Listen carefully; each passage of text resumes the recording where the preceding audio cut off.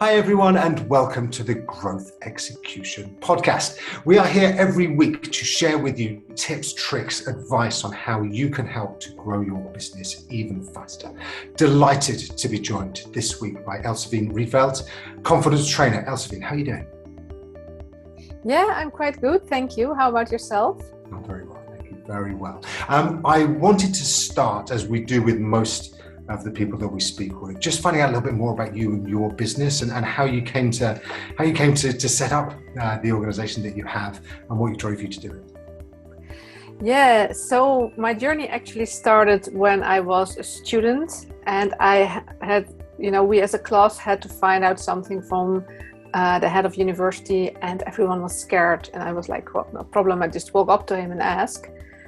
But then the moment I stepped back into the classroom, suddenly 90 pairs of eyes were staring at me, and I totally blanked out. So I did say something, but up until this day, I don't know what I've said. Wow. So that was the first time that I felt like this is super uncomfortable, standing in front of like 90 people. And it felt, I was so self-conscious and uncomfortable and lost for words, which led me on a journey to start debating, to try and get better at it. So I got more used to speaking to groups, but I was still scared because a debate, I don't know if have you ever done a debate? Yes, it's a very different thing, isn't it? Yeah. It is. So there's a motion like, for example, in the Netherlands, we should abolish our kingdom, like make it a republic. We have still a king and queen. And then they say like, oh, you're a proposition, you're opposition, but it's never your own opinion. Yeah. So when you stand in front of a group and you talk about your story, your background, or something you developed as a business owner, it's very different. So for a few years, we're talking about 12 to 14 years ago, I was training people on stress and burnout management with a background from nutrition, basically. And say how the body is coping with these with these elements and how you can be more resilient for stress, basically. And at some point I thought, well, let's create an online course with this content, because that's easier spread through people, and a lot of people can benefit from that. So I set up a camera, I borrowed a tripod, and right there and then the camera was staring at me, and I felt as if I was back in the classroom with the 90 pairs of eyes. Wow. And I even felt like, 10,000 people will be watching me, and the self-consciousness was back again. So I didn't even press record. I just walked out of the room. Wow. And again, like with the debating, I wanted to do something about it, which ultimately led me to find a training called Feminine Presence, which is all about getting out of your head and out of overthinking, being really present, connecting with your audience, having an impact. And about 8 years ago, because this totally changed my life, finally, I was not only able to cope giving presentations, but actually feel calm. You still have these little nerves of performing, but it was never overtaking. I just felt myself. I could connect with my audience, and no matter what, put a camera on me and I'm fine. Yes. And put me in front of a group and I'm fine. And when I'm excited, I know a few practices I can quickly do to get back to ground, to get out of overthinking, in your head where all these mind monkeys are and making things bigger and worse than they actually are. And to just focus on the essence and connect with your audience. And that changed everything for me. So for the past 8 years, or since 8 years ago, I made that my work. And because of the affinity with video as well, that I help people both with public speaking or speaking to smaller groups within the company. Suddenly they've become CEO, and it feels different than before. Yeah. But obviously the last year and a half, things have been remote, so the focus has been more on video. Absolutely. And I guess you must be quite excited about everybody getting out, even if there are many, many people who are perhaps quite nervous about it. In terms of standing up in front of people, this is what you're here to help people to do, right? Absolutely. Yeah. And have you noticed that, just out of interest, that anybody has regressed over time? So, those that you have perhaps, given some assistance to, has found it more difficult on video, or, if you do see them out and about now, or they've done some more presentations since, have they lost some of their confidence along the way? Actually, I think it's the other way around. So far what I hear, these, because it's not about tricks and techniques. So there, a lot of trainings are about, this is how you hold your hands. Step 3 steps to the right, look left, then like take 20 steps back and look at this, do this. So next to thinking about what you're going to say, you have to sort of focus on all the other things, which makes you even less present. Absolutely. Whereas this is actually about, the practices I work with are for body, mind, and energy. And they help you just, like I said, go back to being yourself. And you're not perfect, and you don't strive to be perfect, because, well, none of us is perfect. So you become relatable, you make your impact. And actually, when I was doing my in-person trainings, and I did one in May of this year again, finally, but I did them like 7 years ago, 5 years ago. And I have people after all of this time, I see they have like made a promotion. We didn't have contact regularly. So I sent them on LinkedIn, oh, congratulations on your promotion. And then they get back to me saying they still use these exercises that they did in this one-day training with me. They still use it on a regular basis. And it helped actually, that person said like, oh, it helped them get a promotion. Or I get people say like, oh, now I started with video and I'm using it, or I'm standing in front of the groups and I still do the work that we did together. So it's super powerful, I think. And that must be very rewarding as well, I'm sure. Yes, absolutely. That's, because I want, there are so many people with gifts to share, and other people don't see it because those people are holding back or canceling on a presentation or avoiding going on camera or whatever it is. And so many people miss out on it. So it's really my mission to get like so many people more visible and more comfortable speaking up, because we need what you have to share, basically.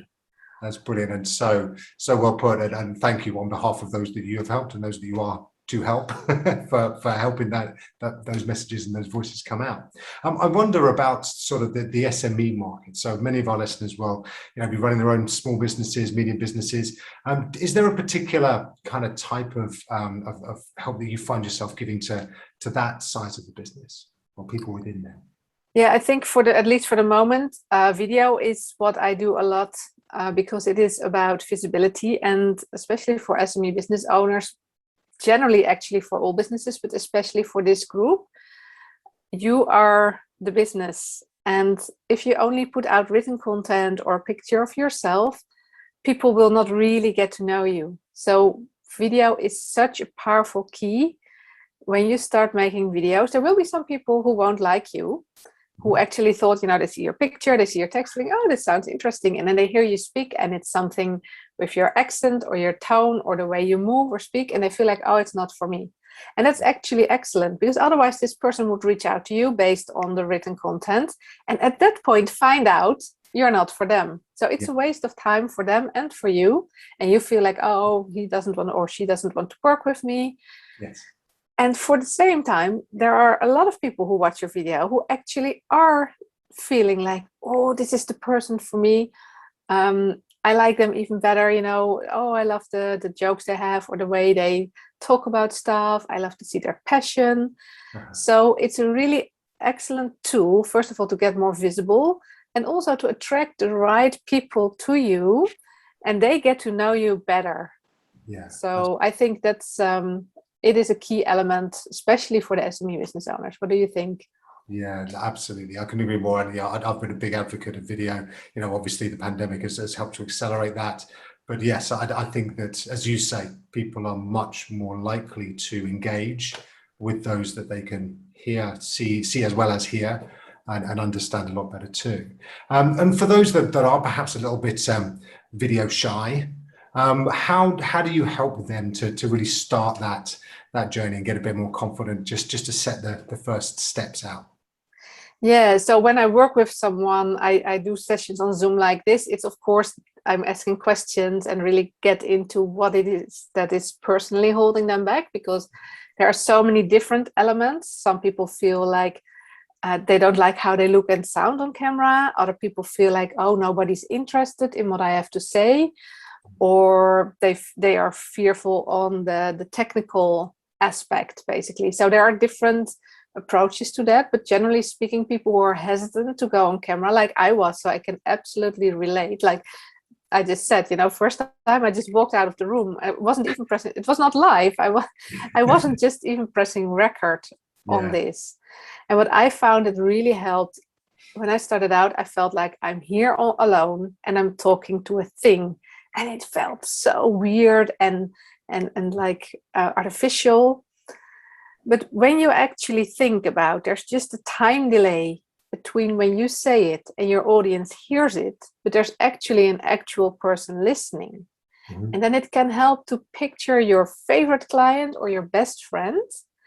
And I always suggest to have your camera up at eye level. I have it as well now. So here's the camera lens and here am I. So have your camera up at eye level and just picture that you look through that lens, and at the other side of the lens is your ideal client or your best friend. It's just one person and you're speaking to them. That helps you to speak about a bit more conversational. It's like you sit across from them at the table. So when you go out with a potential client or your friend and you sit across the table from each other, you don't have your lines written out what you're going to say to them. You might have bullet points for the camera, but when you speak to someone, you don't even have that. And I'd start with really short videos, because the longer it's harder to keep up the energy, to keep the train of thought, to make it relevant and coherent. But if you just do a short video with one tip, and it could be 30 seconds, and picture a person you like that you say it to, I think that is a cool way to get started. Just find a way to put your camera at eye level, picture someone there, and share your one tip that you want to tell them. And then you can share it online. Amazing. Really, really great advice, and thanks for that, Elsewine. I wonder as well, are people who are good on camera good at presentations in real life? Not necessarily. There are all different kinds of sport, basically. So, and vice versa. So some people are really good speaking to a big audience, but they freeze up in front of the camera. It feels different. Even so, I've worked with someone who was totally fine giving presentations.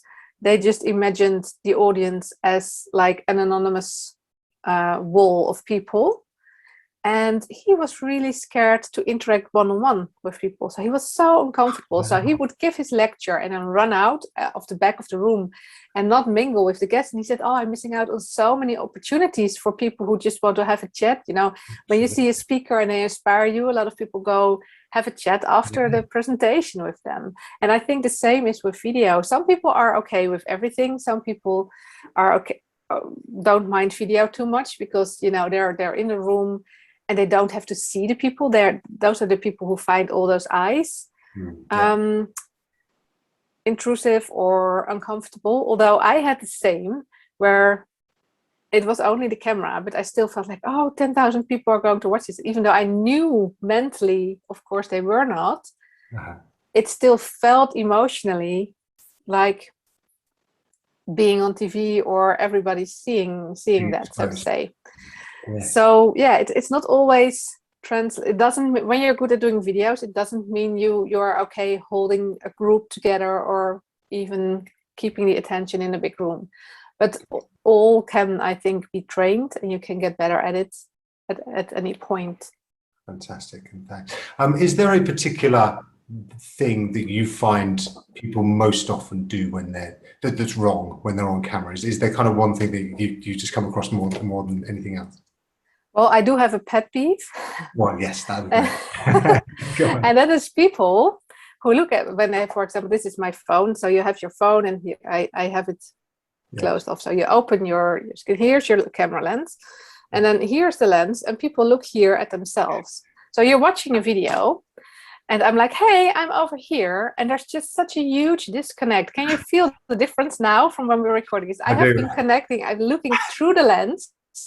And I'm trying to work out whether I'm looking at the lens or not at the moment. So yeah, you are. Yeah, I'm just a little bit below, but yes, no, it's at eye level. So yeah, and if you look a little bit below or above, that's fine. But when you look, like some people have the camera like this, sideways, so they look like this, or sideways, they look sideways, or they're on the computer and they have like their notes, and then they are reading. And I'm like, hey, there's just no connection.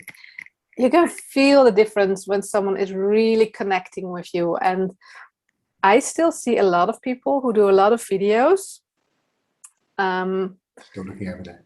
Looking beside the lens. So it takes a little bit to get used to. And some people have like a post-it note with an arrow, or even have a picture with the eyes cut out and then stuck over the lens, so they feel like they're actually seeing a person. That can help for some people, or just say like, what, look here, or there can be different things.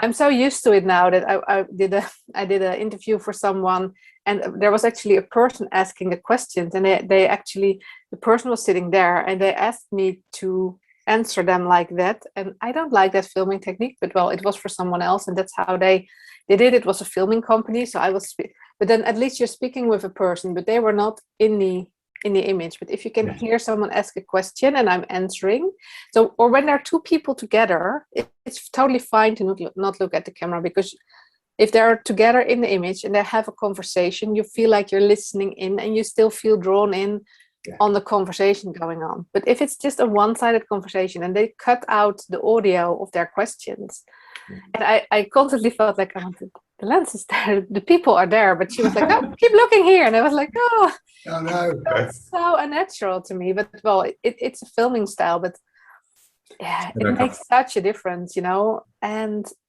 you get used to it quite quickly. Yeah, the more you do it, the easier it gets, like with everything. And yeah, the lens, that is where your audience is, that is how you really connect with them and reach them. Absolutely. Listen, that's such great advice. And for those listening on the podcast rather than seeing this, which is going to be released in a sec, we are both looking determinedly at each other in the video. But yes, Elsewine was just giving an example of looking off camera. So if you're just listening, do go and have a look at the videos. We'll be on YouTube soon. Elsewine, you've been amazing. Thank you so much for spending time today. I wonder if I could just ask you a few quick fire questions that we tend to ask all of our contributors every week. What is the one thing that you wish you had known when you started your business that you know now? Oh, that's a very good question. I think it's the action trumps doing things perfect. So at the beginning, I got really stuck into the preparation mode of having everything ready before getting sort of out there. But for example, I hope it's okay to mention, I've written a book. Yes, and please. I did a course on book writing. So I started February 6th of this year. And the guy said one of the biggest mistakes people make is that they are not talking about the book until it's ready. So you start marketing your book today. And that was exactly what I wanted to do. I wanted to secretly write this book, prepare everything, no one knows about it. And then I would say like, ta-da, or just like, here's my book. There it is. And then it was like, no. So when you start as a business owner, you feel like, oh, like I was doing trainings and I was making a folder. Way back, the internet was not as easily accessible as it is now, with like locations, venues where you could give those trainings. Yes. But I didn't even have a client to do the training with. Right. And it turned out the people I worked with regularly, it was in their office, or they had a place that they preferred to go to. And I actually later on found a totally different place that was not on that list. And that is now my go-to place. But I was spending so much time on the preparation in case they would ask, like, where can we go to a venue? Yes. That I wanted to have it all perfectly ready and then get visible. But just, even if your course is not ready, even if your start talking about it already, take people along in the process, and that makes such a difference, and people will enjoy seeing coming things together. And they don't mind if you don't have the venue yet, or if you only have like the first module of the course. People can still be interested in it. And if nobody is interested, you don't actually need to make all the other modules, but you have to find another angle or something different to do. So don't create everything before you start talking about it. I think that's wonderful advice. There's a saying that I kind of tack to, which is don't let perfection get in the way of better, because you can just keep going, doing bits and pieces, and in the end it'll be good enough, and that I think is something that a lot of entrepreneurs can get stuck on. So thanks for sharing that. Absolutely. What is the best piece of advice you've ever received?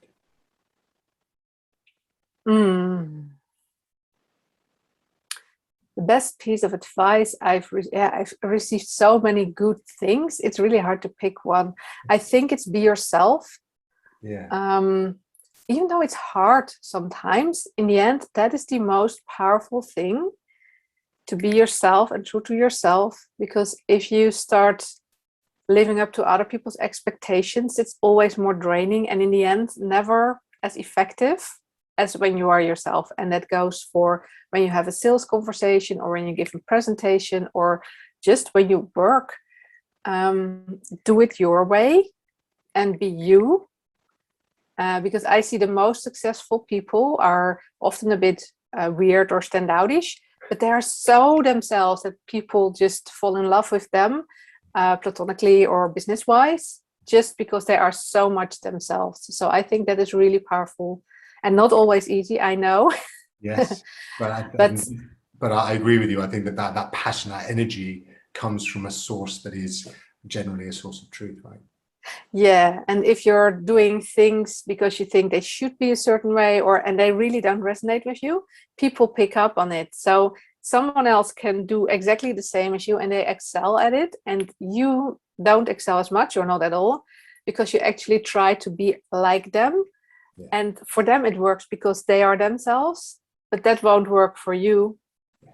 And somebody else will watch you do your thing and think like, oh, I wish I could do, so don't overthink that. Just really focus on being you. Love that. That's so good. And what's next for you? You said that you like to kind of start things and then get things moving. How's your business going to develop? Well, like I said, this year I've written a book, and I hope to it's called Get Comfortable on Camera. So it's a really practical book, easy to read. I've heard people say like, oh, I wanted to take a quick peek and I'm already halfway in. Right. It has actionable steps for, like we talked about, some people don't know what to say. So if you sit down with 30 or 60 minutes, you have at least 75 topics to make videos on that are focused towards a goal that you actually want to reach. So for content, it's in there, do's and don'ts, like the eye contact or the looking away, the no reading, and small tips are in there. I talk about the pirate technique of doing live videos. There are some stories in there. There's interviews with 9 professionals. So it's really a light read, but actually super valuable, and you can implement a lot of things. And of course, there's mindset techniques, like what keeps you back, how can you get over that, and some of the confidence practices that I'm working with are also in there. So it's a really complete book. Correct. And well, I've taken some time off over the summer. This is actually my first real week back. And I hope to, so my mission for the book is that 10,000 business owners will get this, and like I said before, implement this so they can all inspire their audience with their gifts, who then can grow and inspire again. So sort of like this ripple effect, or this snowball effect of positive change. And then on the back of it, I hope to work with some of these people personally, either online or maybe within the company. I've had some interest from a very high-end jewelry company who said like, oh, we want to know more, have our professionals do more with video and online presence. So who knows where that will go. So it's always nice to to be noticed, and that's someone who actually was outside of my scope. I was on LinkedIn. It was a 3+ connection, so not in my circle. And they reached out to me, and because they liked my videos, yes, they asked to see if they could get more information. So I don't know where that will go. We will see. But just to be found by a connection like that as an L&D manager, and then they contact you, and wow. That is the power of video. Right there. That story is absolutely perfect, isn't it? And that's what a lot of business owners that are going to be listening in and watching in will be hearing and cheering, is that's exactly how how business operates, right? And how we can all get a bit better at connecting up with potential people that we didn't know need us. Exactly. Perfect. Well, Elsewine Rietveld, thanks so much for taking time to join us today on the Growth Execution Podcast. How can people find you? Yeah, like I said, I'm on LinkedIn, and I have a website, elsewine.com, and my book has a website, getcomfortableoncamerabook.com. But all these are easily to find also through my LinkedIn profile. And because there's no one with the name Elsewine, basically, if you type in Elsewine, so Elsewine, you should be able to find me. And I accept all connection requests on LinkedIn. So that would be a good place to start, probably, or take a look at the website. It's also available. Elsewine.com. Yes, so we'll make sure those links are available through the podcast. Thank you once more for your great insights and real value that you brought to the Growth Execution Podcast today. Well, thank you for having me. I really enjoyed it. Genuine pleasure. All right. Well, listen, thanks also to you for listening and for watching here at the Growth Execution Podcast. That's it for this week. We will be back next week with another great guest here to help you to build, grow, and launch your business out into the world. So thank you once more. Have a great growth week, and we will catch up again next week. All the very best. Take care.